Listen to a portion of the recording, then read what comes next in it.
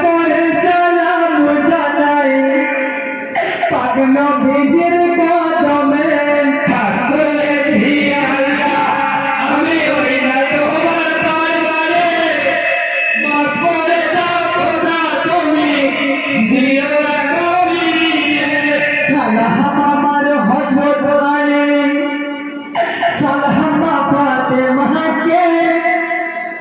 সালাম আমার হাসান হোসেন সালাম পাপন জাতনে হাত তুলেছি আল্লাহ আমি ওই না তোমার দরবারে মাফ করে দাও খোদা তুমি দিও না কবিরে সালাম আমার হযরত আলী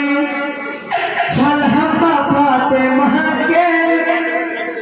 সালাম আমার হাসান হোসেন সালাম পাপন জাতনে হাত তুলেছি আল্লাহ আমি ওই না তোমার দরবারে মাফ করে দাও খোদা তুমি দিও না কবিরে সালাম আমার পিতা মাতা